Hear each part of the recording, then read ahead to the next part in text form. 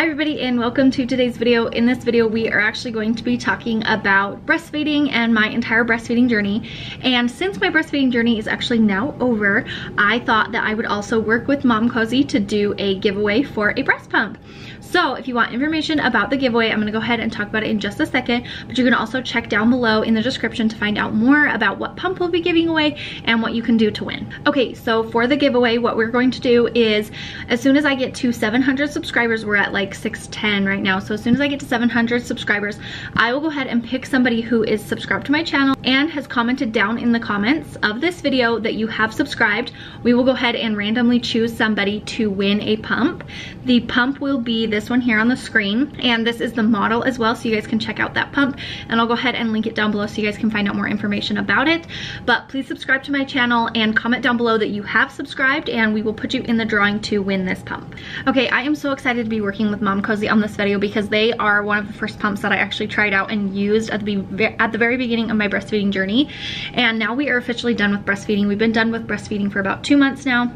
And so I thought it would be a perfect time to go ahead and talk about everything and of course do a giveaway to somebody who really needs a pump. So let's go ahead and get into it. Okay, so the first thing I'm going to talk about is I'm going to talk about it breastfeeding in like different stages. So the first stage is when you're in the hospital and you really don't have any milk and you have no idea what's going on and you don't really know what you're doing and you just had a baby and you're like, what the heck's going on? So during that stage of breastfeeding, I had actually taken a breastfeeding class before I delivered my baby.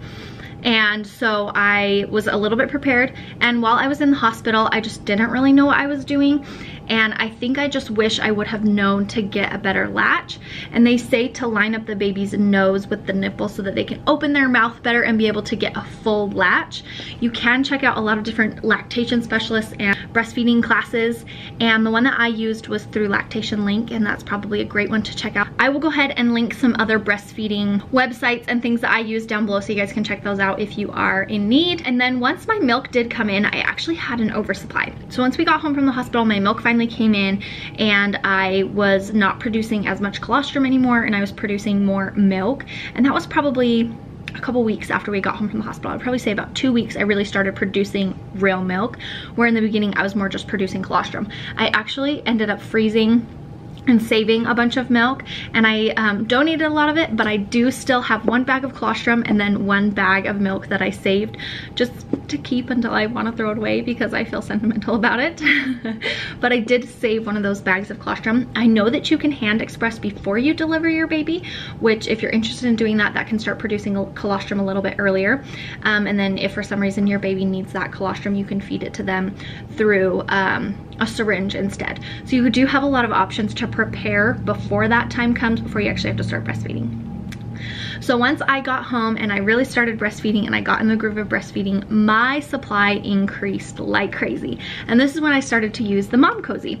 I was also using the Haka at the time, and so I would, for like a normal feeding, I would feed my baby on one side and use the Haka on the other, and I was filling that sucker up. I had a crazy oversupply.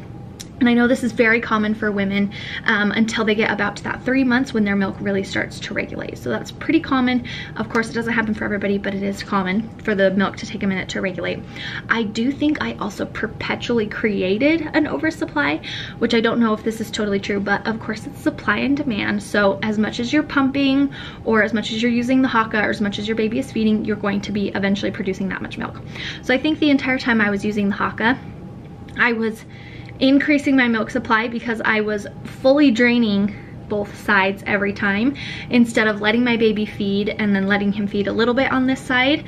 They call it like dinner and a snack or breakfast and a snack.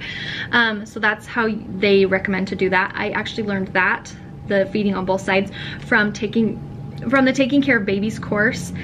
And I didn't actually know that until after I had already been breastfeeding for a while. So you are supposed to feed on both sides during each feeding if you can. Even if it's just a little bit on one side, it just kind of helps keep things a little bit more regular side to side.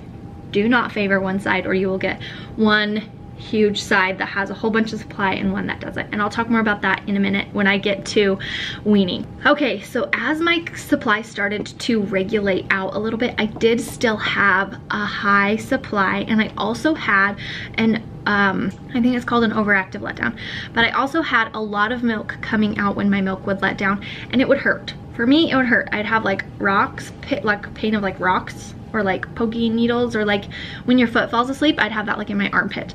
And I asked my doctor about it, and he said that it's totally normal, and that oftentimes women will be able to feel that milk coming down and letting down. So that is something actually really cool. Some people don't even ever feel their milk, and sometimes it's very painful. So I actually did get to feel it, and it happened the entire time until I got to the end and I had a very low supply since I was weaning. During that time, I was bagging a lot of milk and freezing it. I do wish I would have known to try some of the milk before and after freezing it, so like reheating it, because I ended up having high lipase in my milk. And so when I did reheat the milk that I froze, it tasted almost sour, and my baby did not like it, and he actually didn't ever end up taking a bottle anyway, so pumping was slightly irrelevant for me, unless for some reason he skipped a feeding or I needed to pump if I had a clogged duct, which I did have a couple of times. So I did get to test out a bunch of different pumps, which I really enjoyed doing because I got to know all the different brands, and MOMCOZY is a fabulous brand also because it's hands-free. And I loved that feature of it because I was able to go around and do things if I did need to pump. I did pump a lot in the beginning because I did have an oversupply, so that is something to look out for as well. Something that was really hard for me was actually feeding in public. I could not breastfeed in public for a very long time, and even when we did travel and go out and about, it was very challenging. We went to St. George when Wesley was about 3 months old, which is about 4 hours from here, but it's very hot, and it was in the summer, and it was like early spring, I think. But I had like a nursing cover over me, and then I had to take, since I did have that overactive letdown where my milk would literally shoot out. I had literally shot milk out before, so it would choke Wesley when he was drinking. Wesley's my baby. So when I would feed, I would have to fold down my nursing bra and tuck in a burp cloth over my nursing bra so that it would be able to catch anything. And then I would be able to nurse, but it would catch any of the spills, so I wasn't completely soaking wet all the time. And that's with your shirt over you and a nursing cover over you. So depending on how you feel about that, it can be very hard to feed out in public. And that was something that I struggled with for a really long time. And towards the end of the breastfeeding journey, I did get better, but I still would leak quite a bit and would need to really have like a lot of burp cloths to cover and soak up all the extra milk. One place that I found really helpful to breastfeed was actually in my car. We have a Ford Explorer, and I think any car would work for this, but I would sit in the back seat with Wesley, and I would usually feed back there, and I could hang up a blanket between like the 2 front seats if I needed to.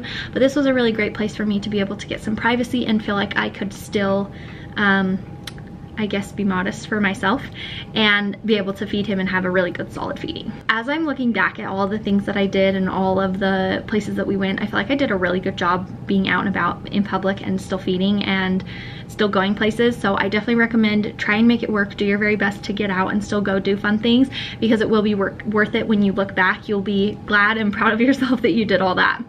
Honestly, I feel a little bit emotional sometimes thinking about my entire breastfeeding journey because it was so hard in the beginning, and you totally forget this stuff, but in the beginning, those first couple days, it is so painful. Like I would literally press on the footrest of my rocking chair while he was latching and figuring out that first little bit just to try and get through that pain. And I know it's not supposed to be that painful, and it can be the latch, but of course as he progressed and got better at feeding and got bigger and could handle the flow of the milk, he got a lot better. Once we got to the point where Wesley was between 6 and 10, 11, 12 months, he was fabulous at breastfeeding. We had no problems. I could really breastfeed anywhere.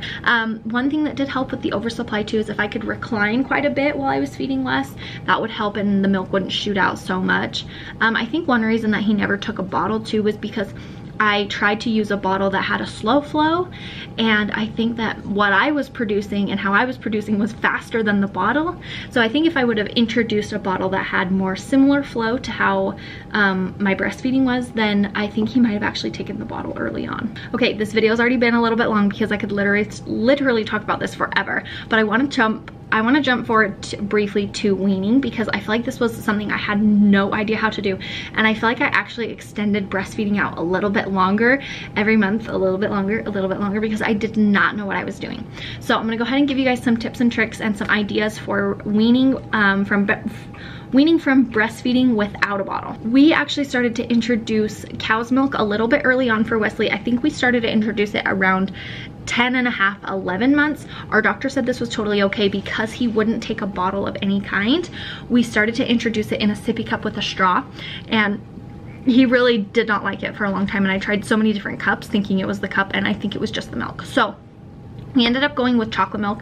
My doctor said that was totally okay. We do pick an organic milk and a Simply chocolate milk by Hershey's that it only has 5 ingredients in it, no high fructose corn syrup, just because we're figuring he's getting a ton of sugar and from this chocolate milk, and he's drinking quite a bit of it, and so we wanted to try and limit what types of chemicals and things he got in his body.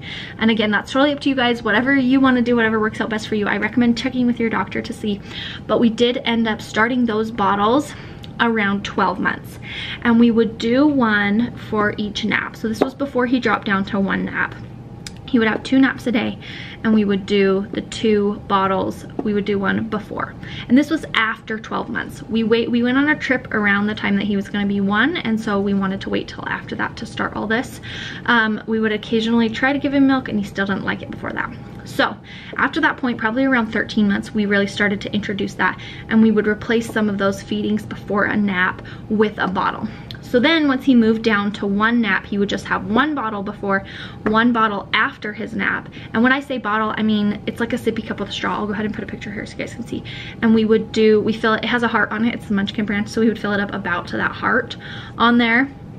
And that is what we would use for our bottles for him for his chocolate milk.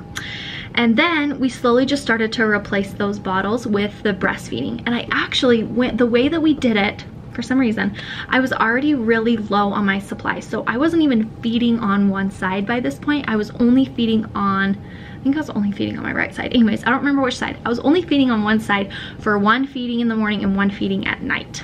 And then as we started to switch to those bottles, we just dropped the feeding and we didn't talk about it. We did change our night routine, which I'll talk more a little bit, but we didn't really talk about it with Wesley and say, oh, you're gonna have this instead. Like, we never really talked about it like that. We would just say, here's your bottle, and then we would move on. And we actually call it a baba. We'd say, here's your baba, and then we would just move on from that, and he's done really well. As far as my supply, I never had to pump. That's wild to me, because in the beginning I was producing so much milk. So there in the end, when we were weaning, once we were done with that last feeding, I never even had to pump. Never had to pump again. I was just done. And then I actually ended up having to get a new bra because they do get smaller. It was very sad. But I do want to talk a little bit about his bedtime routine and how we changed things there. So of course we were doing change his diaper, read a book, nurse, put him down for bed. So what we did is we changed his diaper, read a book, and then we would rock him while his room was dark with his sound machine on, holding him and sing 2 songs. And then we would have a little blanket that would kind of replace that time to feel really snuggly, rock him, give him some cuddles, and then put him in his crib and leave the room. Usually we do have to go back in there after and rock, but that is how we did the night routine. And he actually has a baba before we even get into the room. So they're not really correlated, but they kind of are. So it's like he'll have his baba and he will relax. Either we'll watch a video on the phone or look at some pictures on the phone, and then we'll go up and brush teeth. And if you want to see my night routine video, I'll go ahead and link it here, but go ahead and brush teeth, and then we go start that where we put his jammies on and do that whole thing.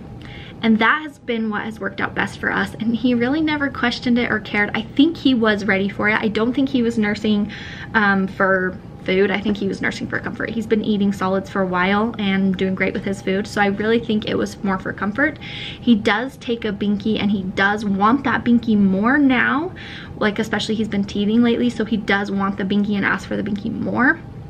But because we just kind of introduced that bottle instead and just switched it and didn't correlate them to the bedtime, I think it really helped. And then as far as the morning, as soon as he gets up, he still has a baba. So that is how we decided to wean, and I really didn't know what I was doing, and I was so nervous for it, and it's really not that bad, and it's really not that scary.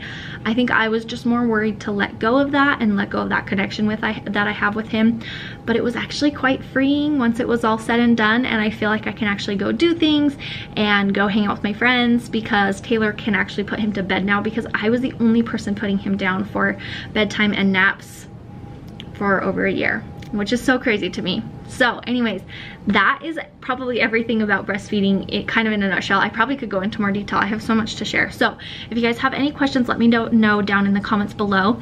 And then again, don't forget about our giveaway. Once I get to 700 subscribers, we'll go ahead and do that giveaway. So don't forget to subscribe to my channel and then comment down below that you subscribed, and we will go ahead and pull from the comments there. We'll put all the names into a randomizer thing on the computer, and it will pick a random name, and somebody will go ahead and win a breast pump. If you want to know more information about the MOMCOZY pump, I have 2 different videos that talk about it. I'll go ahead and link them here. I have one that's a specific review about the pump, and then I have another one comparing it to other breast pumps. Again, it is a fabulous pump. I've absolutely loved it, and I used it so much, especially in that beginning time of breastfeeding when I was needing to pump a lot. So don't forget to check out those videos, and don't forget to subscribe, and thank you so much for watching, and we'll see you next time. Bye.